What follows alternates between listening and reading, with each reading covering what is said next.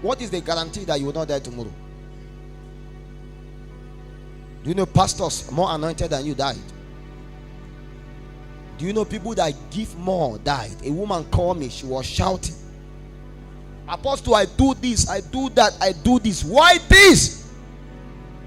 I realized there's something she's not telling me. You know, people will always tell you some things and not tell you other things. God is just. He may not be fair, but he's just. And the justice system of God will vet everything about you. The only reason why I'm sure that I may not die tomorrow is because when I look through the scale of the balance of the justice of God, I can't be found wanted. But many people, when they are numbered and they are away, something has the ability to lay hold of them. So every day their only security is to cry for mercy. And if they don't cry per day, they don't have the right to live that day.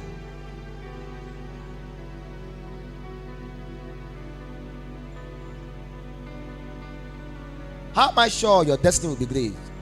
How am I sure that you will not be cut short? How? Because everybody wants to fly. But sometimes, just when the bird decides to go, and that is when the hunter takes it.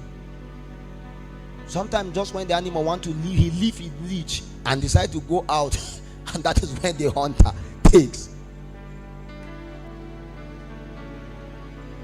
The devil is in the project looking for how to be able to steal and kill and destroy all of us.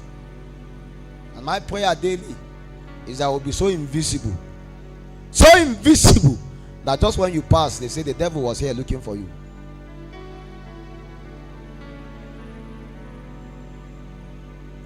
Remember the Lord thy God.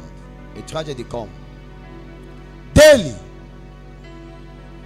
There are days I wake up and it's as though I was dead. There was a day I wake up and I was not alive. It was my spirit that was hovering around the room, and I knew my body. I know I was gone. It was not an encounter, it was an attack. I know what is an encounter, and I know when dead is dead. And I shouted, I refuse to die. I am Philip Cephas. I belong to God. You see, now I'm going. The Lord said, no, I return back to my body. I said, let's continue. I was sweating.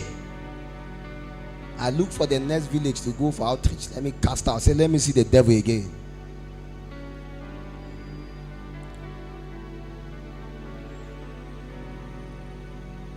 The number one tragedy of life is death.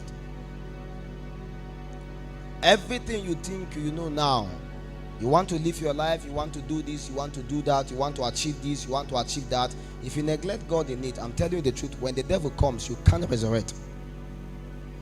You can't even resurrect now, you can't even resurrect later. It's not possible. The beauty of everything that God has earmarked for you to be able to do in life will be cut short. It's true. It's number one tragedy. Eternal life is good, but people that are born again still die. You need to know beyond that. You need to be able to always, every day, you must walk in it. It's possible for you to die and still go to heaven, but is that what you want now? Because that is not really the plan and the purpose of God. The plan and the purpose of God is not for us to die and go to heaven. I don't believe that. I don't believe that. I still believe that it's even possible. God will even wish. You know, God is in a mission for conquest to get as many people as possible. So it's possible, even if it is going to be possible for you to lose your soul and win 1,000 people, I think it's a profit to the kingdom of heaven. So what I'm trying to let you understand, the goal is not just for you to be born again and escape. The goal is to ensure that we bring the entire system of this earth under the government of God.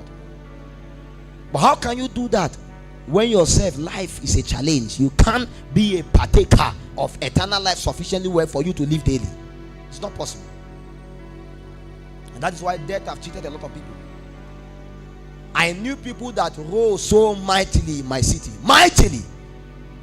All of a sudden they just died.